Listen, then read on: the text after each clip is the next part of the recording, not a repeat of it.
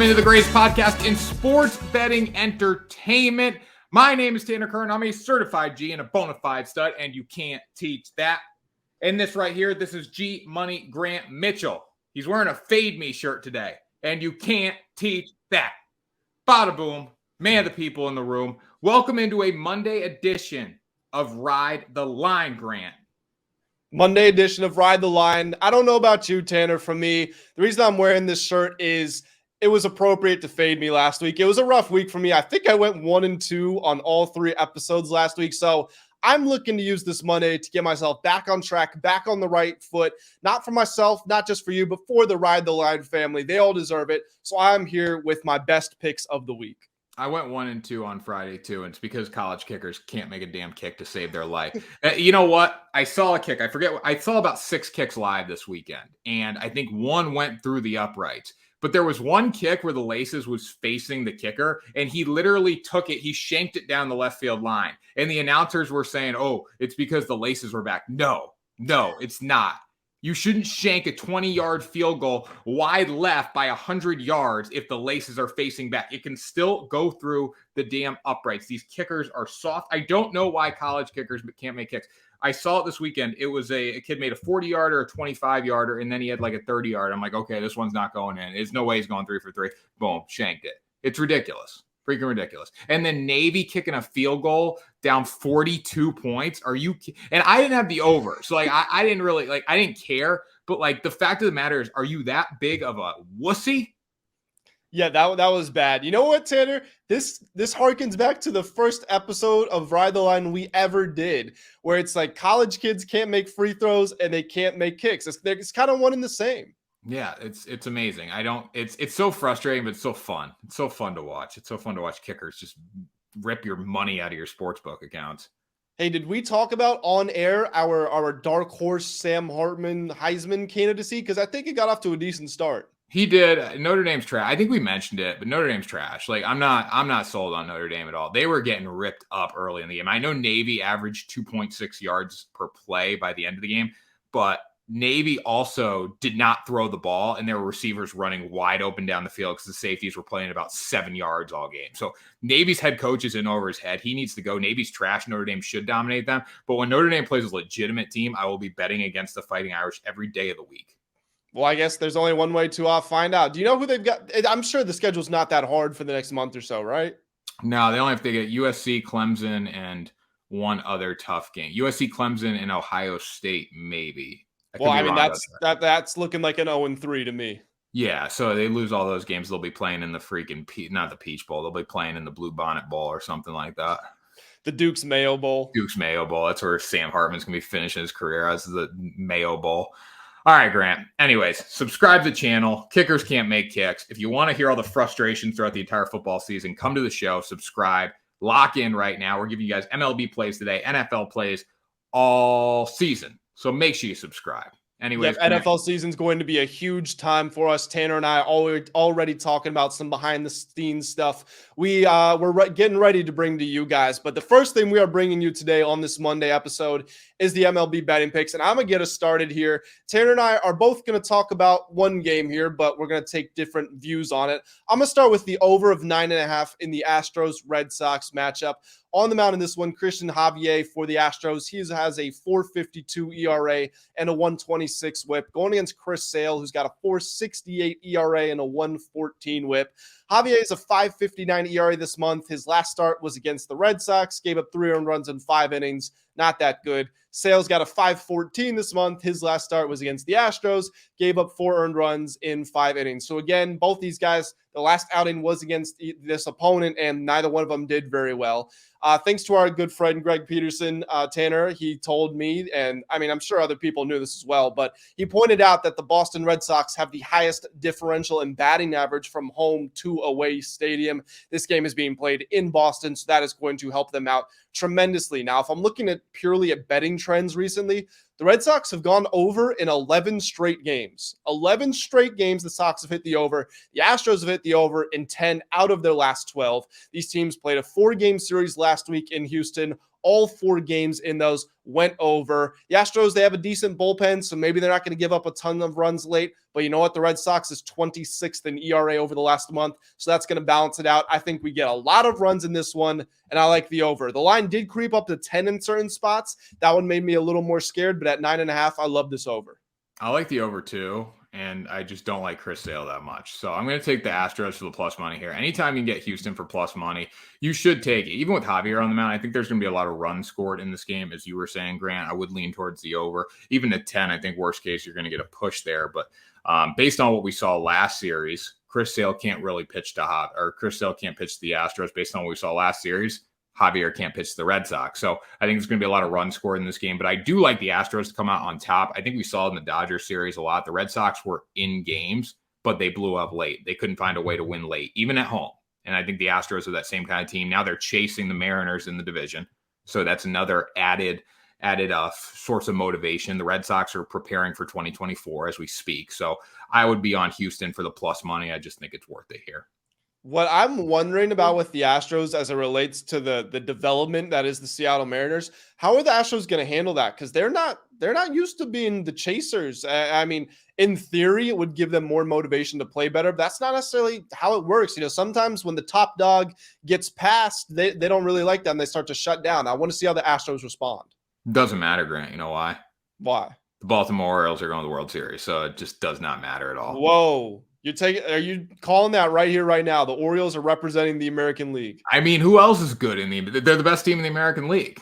They are, but I don't want to say that I'm not trying to take credit away from them. They're not getting lucky or anything like that, but they have been overperforming a little bit at the plate. Their starting pitching isn't amazing, and Felix Bautista's got that potential UCL problem. I'm not sold on them yet. Well, I'm not sold on anyone else either in the American League. I mean, yeah, that's true. The Rangers have it looked like the Rangers, like they were, right up there as maybe the favorite. And then they get Max Scherzer and they get Aroldis Chapman, and they've gotten worse ever since then, which is weird. The Mariners, I mean, despite this hot streak, they're still like 20th in the league in batting average this season. And you got to wonder, when is this hot streak going to run out? We've seen like the Cincinnati Reds went on a crazy hot streak. The Pittsburgh Pirates were on a crazy hot streak to start the season. Are the Mariners actually this good? Are they going to come back to earth? Who else is there? The Blue Jays, we don't believe in them. The Rays, how all of their starting pitchers damn near are injured. So to your point, I mean, I'm not sold on anybody in the American League, but still, I just got a couple questions with the Orioles. Everyone needs to calm down about the Mariners. We're going to talk about that game right after this, but everyone needs to calm down. They took a series from the Red Sox. They lost 1 game. Then they beat a bad Angels team in 4 games. They beat the bad Padres team in 2 games. They got beat by the Orioles in a series. They won 3 of 4 from the Royals. They beat the Astros. They beat the 2 of 3 from the White Sox.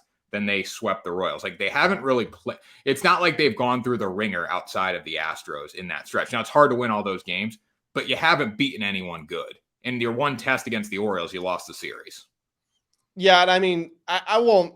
It's the Orioles, like you said. You're picking them to go to the World Series, but I do understand your point 100%. I think that it's good to look to the Mariners in the short term because they are on this hot streak, but I don't think it's good to look at them in the long term as to say, oh, the Mariners are going to win the World Series now. I wouldn't go that far. No, not when you're being up against the Dogwater Royals, the Dogwater Angels, the Padres who are underperformers and all that. So, all right, Grant, let's keep it going here. Mariners, you can start with this one.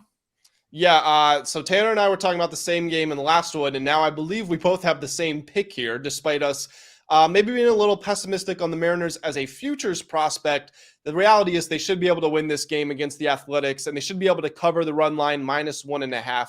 Now, Kyle Muller is going to get the start here. It looks like he went as a follower last week. Came out after an opener. My guess is he's going to get most of the bulk innings in this one, but he's got a 1-4 record, a 7.28 ERA, and a 1.89 WHIP. I mean, those are just horrible numbers. And then Adrian Martinez was originally scheduled as the starter in some books here.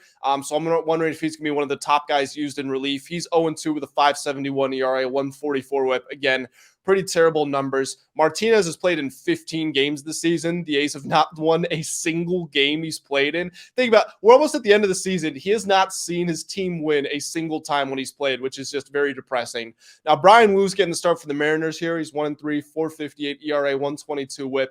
Not that amazing in numbers. He really struggled at the end of last month, but in 2 starts this month, does have a 2.70 ERA, so he's starting to come good again. And again, we might be talking down on the Mariners as a World Series prospect, but the reality is they have covered in 21 of their last 29 games. The A's aren't terrible against the spread. They're actually kind of profitable for a month or two here and there. But over the last 25 games, they've only covered 10 times. That's just 40%. The offenses, the Athletics are playing better than they have all season, but they are still getting outscored by quite a wide margin by the Mariners. They've got the hot hand right now, and you just don't bet against that. So they've played 7 times this season. The Mariners have won every game, and they've covered in 4 of the 7 games. So it's going to be a toss-up here. The pitching matchup, though, just makes me lean towards Seattle. Kyle Muller being on the mound with a 7.28 ERA and a 1.89 whip. Like, you got to be that bad to have a 1.89 whip in the big leagues. Shouldn't even be in the big leagues if that's the case. And then Brian Wu is like a strikeout machine, 63 and 59 innings, high swing and miss rate. So I think the Athletics are going to struggle tonight. Mariners being at home 37 and 28. They're on a heater against bad teams. They're playing a bad team tonight. Only makes sense to go with the Seattle Mariners, America's team. The Seattle Mariners are America's team. That's what I hear. They're America's. That's what I hear. They're America's team. All right, Tanner and I have been pretty similar up to this point, but we are going to split off a little bit here. My final pick of the show is going to be the San Diego Padres -1.5 versus the St. Louis Cardinals. Now, I will admit, I have had a torrid time betting with or against or anything involving the Padres this season. They are just so inconsistent. They win games they should lose. They lose games they should win. They go over when they should go under. They go under when they should go over. None of the Padres season makes sense, and I think everybody will agree with that. But the simple fact is I can't bet against them in this spot, and the reason is Blake Snell's on the mound. Yes, regressions come for him a little bit. He's got a 3.91 ERA this month, but that's still not bad. And for the season, he is the league leader in ERA with a 2.73, got a 1.27 whip. Going against Adam Wainwright, who is the worst pitcher in baseball, there is no conversation to be had. He's 3-9 with an 8.61 ERA and a 1.99 whip. He has a 14.73 ERA this month, just gave up 6 earned in his last start, has given up 3+ earned runs in 15 of his 17 starts this season. He has just been absolutely horrendous. And when we talk about MLB betting, just as a concept, a lot of it comes down to, well, who's got the better pitcher? We have the best pitcher in the league statistically versus the worst pitcher in the league statistically. What do you want me to do? And then if we look at the offenses, everybody wants to say, or keep it in their mind, the Cardinals had this hot streak coming out of the All-Star break, which did happen. But over the last 30 days, the Cardinals have scored fewer runs than every team in the league. So you have the worst pitcher in the league with the worst offense in the league. I just can't. Why would I not take this bet? I understand the Padres are inconsistent. I understand they have been terrible against the spread lately, but I just can't not take this line. And I know the Padres are only -175 on the money line. In my head, that should be like -230 to -250. So maybe the odds makers are a little more. They're giving a little more hope to the Cardinals than I am, but I can't do it. I'm taking Padres -1.5, and I'm locking it up. Cardinals are trash. It's a good pick, Grant. Don't second guess it. I mean, but would you agree with me that -175 for the money line, like you would think it would be higher? Nah, because you got the inconsistency from the Padres, so I think it's about right. Like when you're getting 200 money lines, you're getting pretty high up there. Like even the Mariners against the Athletics, like -255 today, I think. I mean. It's just Blake Snell versus Adam Wainwright for the worst pitcher in the league, the worst offense in the league. I can't do it. I'm out. Oh yeah, Wainwright's terrible. He's horrendous. He needs to go. All right, Tanner, what's your last pick? My last pick is the Dodgers on the money line. I don't love this because they have to travel, but other than that, I love it. Bobby Miller is going to throw for the Dodgers against Zach Gallen and the Diamondbacks. Both pitchers very good. Actually, Bobby Miller has done almost as well as Gallen in his time on the bump this season. They're different pitchers a little bit. Gallen's a little more of a strikeout guy. He's got 168 innings on the bump, 144 hits allowed. Bobby Miller's got 81 innings on the mound, 72 hits allowed. Strikeout numbers are a little lower, as I said, but he's done a good job keeping the ball in the yard, just like Zach Gallen. So 2 similar pitchers. You might want to look at the under here as well, just because the Dodgers are traveling back from Boston. They did that yesterday, so that's another thing to look at here. But Dodgers on the money line, they find ways to win late, and their offense is just that good. Dodgers hitting 254 as a team, 339 OBP. They've hit 57 more homers than the Diamondbacks this season. They've scored almost, actually, well, 102 more runs than the Arizona Diamondbacks. And when you look at Zach Gallen as of late, he's pitched like very well in his past, whatever, X amount of starts, past month. But when he's pitched against the Dodgers this season, he does have a 9.64 ERA. So that's another thing to look at too. It's not pitched well against the Dodgers. Only has one start against them, but got absolutely lit up in that start. So I'm going to take Los Angeles on the money line. I would disagree with you as far as the under goes. I think this is going to be a game with a lot of runs. Both these pitchers have ERAs in the 2s this month, but Bobby Miller's worse at home, and Gallen, to your point, he's got a 4.46 ERA when he is on the road, and he's struggled against the Dodgers, so I think he's going to let up a lot of runs. The only thing I would be cautious about is the Diamondbacks are 4th in scoring over the last 2 weeks. They've really found themselves at the plate, but we've seen what the Dodgers have done recently. They've been scoring a ton of runs. They just hung up a lot of them on the Red Sox. Yes, they have to fly home, but at the end of the day, it's the Dodgers. You can always count on them to be consistent above all else, and that bullpen has risen into the top 3 in ERA over the last 30 days. I'll be taking the Dodgers on the money line here as well. Dodgers money line, lock it up. Great show, Grant. Yes, great show, Tanner. Like I said, personally, I'm trying to get back on track. You're just trying to keep delivering the winners as you always do. But guys, that's going to do it for today's show. Tanner and I will be back on Wednesday with more MLB betting picks. But Tanner, until then, get us on out of here. That was Ride the Line, the greatest podcast in sports betting entertainment. We'll see you on Wednesday for another episode.